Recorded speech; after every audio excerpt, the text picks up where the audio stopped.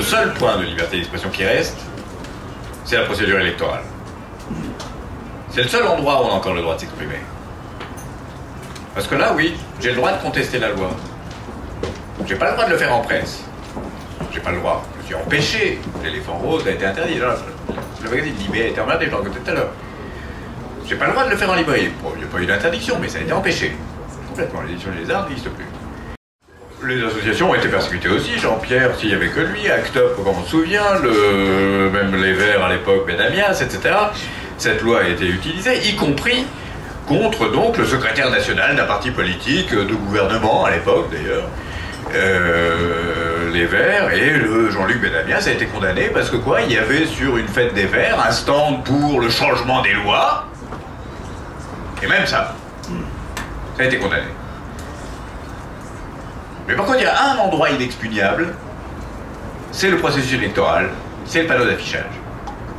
Là, on est libre de discuter des lois, c'est la fonction de l'élection que de discuter des lois, et c'est pour ça que nous allons aux élections répétitivement, depuis quelques années maintenant, parce que c'est le seul média qu'il nous reste, en fait. Média au sens universel, au sens d'étant autre chose que l'artisanat caché d'une radio libre que personne n'écoute, ou d'une librairie où personne ne va, ou de ce qu'on veut. Donc les panneaux aussi, je les ai appelés des parlements, et j'ai un moyen très simple et sans argent. À la craie, on pouvait remplir ce lieu pour, à défaut d'avoir des affiches, il était possible, et il est toujours possible jusqu'au 25, lorsqu'il n'y a pas d'affiche, au moins d'y aller à la craie, ou peut-être de poser une feuille de papier avec un bout de scotch et quelque chose d'écrit sur ce bout de papier. Et ça devient un parlement, ça devient des cahiers de doléances. C'est ouvert donc potentiellement une exposition aussi peut-être, enfin je ne sais pas, tout à chacun. Donc en fait on a un gigantesque lieu d'exposition dans toute l'Île-de-France. 6500 panneaux d'affichage devant toutes les écoles, etc., ceci et cela, c'est un véritable média. Et c'est une véritable tristesse qu'on ne s'empare pas plus généralement de ça, que tous les militants cannabiques ne se soient pas emparés de ça, et qu'on n'ait pas été plus nombreux depuis le début de cette campagne pour afficher, et qu'on ait des affiches là qui s'ennuient, et qu'on soit ici d'ailleurs en train de parler, on devrait être en train d'afficher.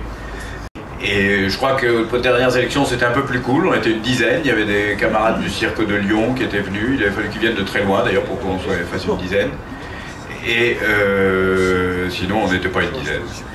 Comme aujourd'hui, parce qu'ils ne sont pas venus de Lyon cette fois-ci, et c'est un petit peu pire cette fois-ci que la fois d'avant, ça a un peu régressé, le mouvement cannabique a reculé, la conscience collective a régressé, l'intelligence commune s'est effondrée, le courage a disparu.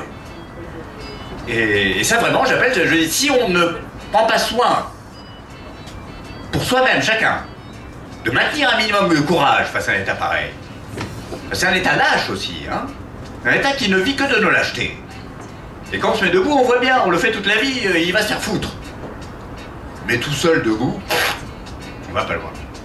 C'est vraiment un appel général à tous, il faut se soulever, il faut y aller, la loi sur le cannabis aujourd'hui, c'est fini, c'est fini. C'est réglé, on l'a gagné. On l'a gagné en Uruguay, on l'a gagné au Colorado, on va gagner partout, on le sait déjà, tout le monde le sait. Et on est en train de gagner à l'ONU, tout seul, Farid est en train de gagner à l'ONU. Tout seul. Dans une situation absurde.